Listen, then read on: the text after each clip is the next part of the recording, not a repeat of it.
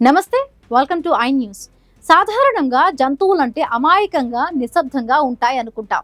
కానీ కొన్నిసార్లు అవి చేసే పనులు మనల్ని అవాక్కయ్యేలా చేస్తాయి, పగలబడి నవ్వేలా చేస్తాయి. అలాంటి ఓ ఫన్నీ సంఘటన యూకేలోని ఒక జూలో జరిగింది. అక్కడ 5గురు చిలకల గ్యాంగ్ చేసిన రచ్చ గురించి వింటే మీరు నవ్వు ఆపుకోలేరు. అసలేం జరిగిందో చూద్దామా?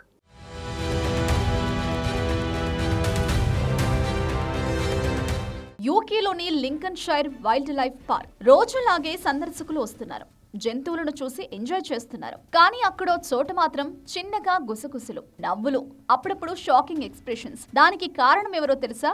5 అల్లరి చిలకలు. ఎరిక్, జెస్సీ, బడ్డీ, టిసన్, రియో. ఈ ఆఫ్రికన్ గ్రే చిలుకలు వాటికి మాటలు రావడం మామూలే, కానీ ఈ 5గురు కలిసి ఒక టీంలా తయారయ్యాయి. వాటికి వచ్చిన తిట్లు, బూతులు నేర్చుకుని సందర్శకులను చూసి తిట్టడం మొదలుపెట్టాయి. బండబూతులు, అశ్లీల పదాలతో అరిచేవి. ఆ తర్వాత వాటంతటవి పగలబడి నవ్వేవి. ఒక చిలుక తిడితే పక్కనున్నది కూడా నవ్వి దాన్ని ఇంకా రెచ్చగొట్టేది. ముఖ్యంగా పిల్లలు దగ్గరికి వస్తే చాలు ఈ చిలుకలు మరింత రెచ్చిపోయేవట. ఏంట్రా ఈ చిలకల గోల అంటూ కొంతమంది నవ్వుకుంటే, మరికొందరు అమ్మో పిల్లలున్నారు, వీటికి ఏం నేర్పించారో అంటూ కంగారు పడ్డారట.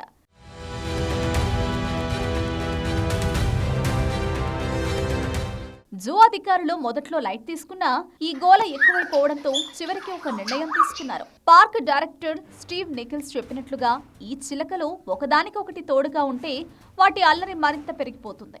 అందుకే ఇంకా లాభం లేదురా బాబు అనుకుని 5 చిలకలను 5 వేరువేరు బోనుల్లో వేరువేరు ప్రాంతాలకు మార్చేశారు. అలా చేస్తే అవి ఒకదానికొకటి వినలేవు, రెచ్చగొట్టుకోలేవు అని వాళ్ళ ఆశ. నిజంగా చెప్పాలంటే ఈ చిలకలు యమ తెలివైనవి. అవి మనుషుల మాటలను ఎంత త్వరగా పట్టుకుంటాయో ఈ సంఘటనే ఒక ఉదాహరణ. అంతేకాదు వాటికి నవ్వడం, ఆట పట్టించడం కూడా వచ్చని ఈ చిలకల గ్యాంగ్ నిరూపించింది. ఈ సంఘటన వింటే మన మొహాలపై ఒక నవ్వొస్తుంది. 5 ముదురు చిలకలు తమ పనులు తాము చేసుకోకుండా తిట్లు తిట్టి నవ్విన వైనం ఎంత వైరల్ అయిందో చూసారుగా. కొన్నిసార్లు జంతువులు కూడా మనుషుల కన్నా ఓ అడుగు ముందే ఉంటాయేమో అనిపించక మానదు.